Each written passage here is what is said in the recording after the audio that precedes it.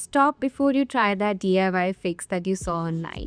Just because it belongs in your kitchen doesn't mean it belongs to your face as well.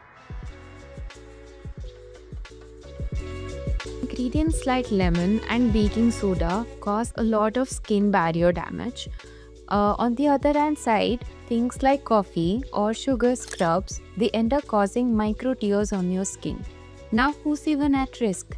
People with sensitive skin, acne tendency, have tendency of pigmentation, be it hyperpigmentation or hypopigmentation. Using these raw ingredients can actually cause further aggravation of these conditions and lead to further breakouts, redness, and scarring as well.